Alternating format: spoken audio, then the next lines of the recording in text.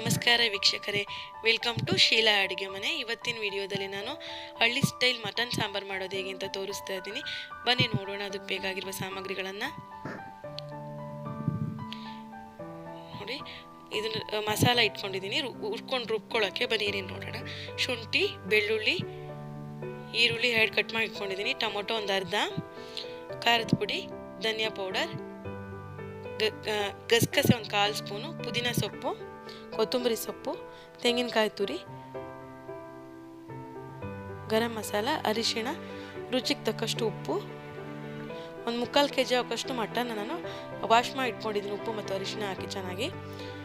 Fry PAN ಇಟ್ಕೊಳ್ಳೋಣ. ಬನ್ನಿ, stove on ಮಾಡಿಕೊಂಡು ಎಣ್ಣೆ ಹಾಕ್ಕೊಳ್ಳೋಣ. ಒಂದು 2 ಸ್ಪೂನ್ ಎಣ್ಣೆ ಹಾಕ್ಕೊಂಡು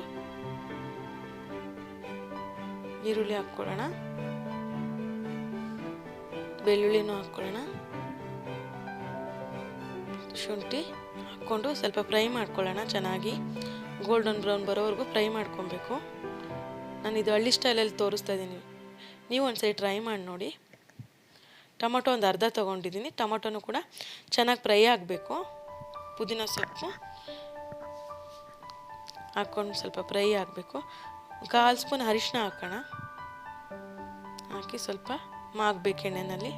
ನೋಡಿ, ಈ ಗೋಲ್ಡನ್ ಬ್ರೌನ್ ಬರೋವರೆಗೂ ಮಾಗಿಸ್ಕೊಂಡು ತಣ್ಣಗೆ ಹಾಕಿಟ್ಕೊಳ್ಳೋಣ. ತಣ್ಣಗಾದ್ಮೇಲೆ ಮಿಕ್ಸಿ ಜಾರ್ಗೆ ಹಾಕಿ ರುಬ್ಕೊಳ್ಳೋಣ. ಅದಕ್ಕೆ ಸ್ವಲ್ಪ ಕೊತ್ತಂಬರಿ ಸೊಪ್ಪನ್ನ ಆ್ಯಡ್ ಮಾಡಿಕೊಂಡು ರುಬ್ಕೊಳ್ಳೋಣ. ಧನಿಯಾ ಪೌಡರು, ಖಾರದ ಪುಡಿ,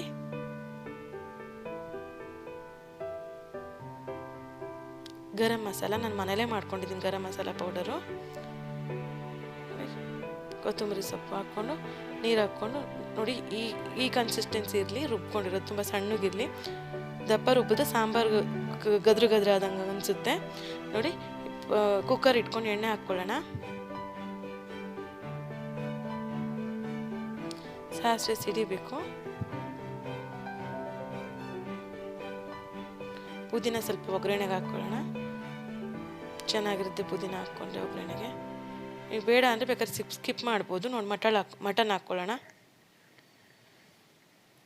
ಮಟನ್ ಸ್ವಲ್ಪ ಎಣ್ಣೆನಲ್ಲೇ ಮಾಗಬೇಕು, ನೀರು ಬಿಡೋವರೆಗೂ ಚೆನ್ನಾಗಿ ಫ್ರೈ ಮಾಡಬೇಕು, ಇಲ್ಲಾಂದರೆ ಬೇಯಲ್ಲ ಅದು ಮಟನ್ನು. ನೋಡಿ, ಈ ಥರ ನೀರು ಬಿಡೋವರೆಗೂ ಚೆನ್ನಾಗಿ ಹುರ್ಕೊಳ್ಳಿ ಎಣ್ಣೆನಲ್ಲೇ. ಇದೇ ಥರ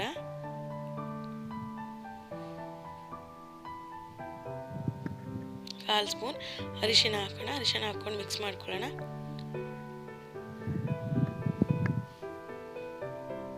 ಉಪ್ಪು ಹಾಕೋಣ. ಕಲ್ಲುಪ್ಪು ಹಾಕ್ತಿದ್ದೀನಿ ನಾನು, ನೀವು ಬೇಕಾದ್ರೆ ಪುಡಿ ಉಪ್ಪು ಯೂಸ್ ಮಾಡ್ಕೋಬೋದು. ಹಾಕ್ಕೊಂಡು ಉಪ್ಪು ಚೆನ್ನಾಗಿ ಹಿಡಿಯೋವರೆಗೂ ಮಟನ್ ಚೆನ್ನಾಗಿ ಹುರ್ಕೊಳ್ಳಿ. ನೋಡಿ, ಮಟನ್ ಎಲ್ಲ ಸ್ವಲ್ಪ ಫ್ರೈ ಆದಮೇಲೆ ಎಣ್ಣೆನಲ್ಲೇ ಖಾರ ಹಾಕ್ಕೊಂಡು ಮಿಕ್ಸ್ ಮಾಡ್ಕೊಳ್ಳೋಣ. ಈ ಉಪ್ಪು ಖಾರ ಎರಡು ಚೆನ್ನಾಗಿ ಹಿಡಿಯುತ್ತೆ, ಇಲ್ಲಾಂದರೆ ಸಪ್ಪೆ ಸಪ್ಪೆ ಅನಿಸುತ್ತೆ. ನಾವು ಉಪ್ಪು ಖಾರ ಚೆನ್ನಾಗಿ ಹಿಡಿಯೋವರೆಗೂ ಸ್ವಲ್ಪ ನೀರು ಹಾಕ್ಕೊಬಿಡಿ ಜಾಸ್ತಿ, ಹಂಗೇ ಮಿಕ್ಸ್ ಮಾಡ್ಕೊಳ್ಳಿ.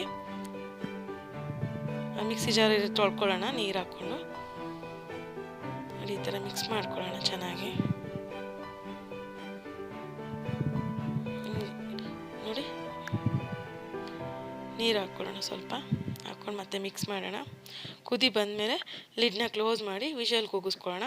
ಒಂದು 3 ವಿಷಲ್ ಕೂಗಿಸ್ತೀನಿ. ಮತ್ತು ತೆಂಗಿನಕಾಯಿ ರುಬ್ಕೋಬೇಕು. ಬನ್ನಿ, ಗಸಗಸೆ ಒಂದು 1/4 ಸ್ಪೂನ್ ತೊಗೊಂಡು ಹುರ್ಕೊಂಡು ಸ್ವಲ್ಪ ಗೋಲ್ಡನ್ ಬ್ರೌನ್ ಬರೋವರೆಗೂ ಹುರ್ಕೊಂಡು ಮಿಕ್ಸಿಗೆ ಹಾಕ್ಕೊಳ್ಳೋಣ. ತೆಂಗಿನಕಾಯಿ ಮತ್ತು ಗಸಗಸೆ ಹಾಕ್ಕೊಂಡು ರುಬ್ಕೊಳ್ಳೋಣ. ಸಣ್ಣಗೆ ರುಬ್ಬಬೇಕು, ತುಂಬ ತರಿಯಾಗಿ ರುಬ್ಕೋಬೇಡಿ, ತುಂಬ ನೈಸಾಗಿ ರುಬ್ಬಬೇಕು. ನೋಡಿ, ಈ ಥರ ರುಬ್ಕೋಬೇಕು.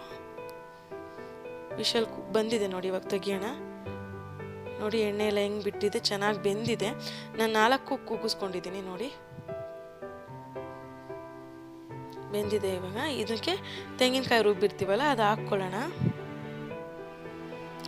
ಹಾಕ್ಕೊಂಡು ಮಿಕ್ಸ್ ಮಾಡ್ಕೊಳ್ಳೋಣ. ಮಿಕ್ಸ್ ಮಾಡಿಕೊಂಡು ಮತ್ತೆ ಕುದಿಸ್ಬೇಕು ಒಂದು 5 ನಿಮಿಷ ಕುದಿಸ್ಕೊಂಡ್ರೆ ಸಾಕು,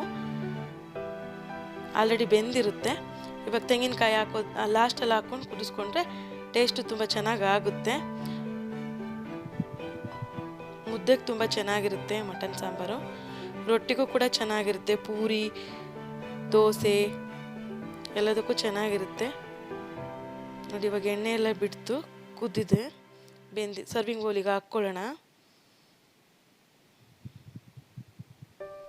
ನೋಡಿ ಎಣ್ಣೆ ಎಲ್ಲ ಹೇಗೆ ಬಿಟ್ಟಿದೆ. ರೆಡಿ ಆಯಿತು ರುಚಿಕರವಾದ ಮಟನ್ ಸಾಂಬಾರು, ಹಳ್ಳಿ ಸ್ಟೈಲ್ ಮಟನ್ ಸಾಂಬಾರು. ನೋಡಿ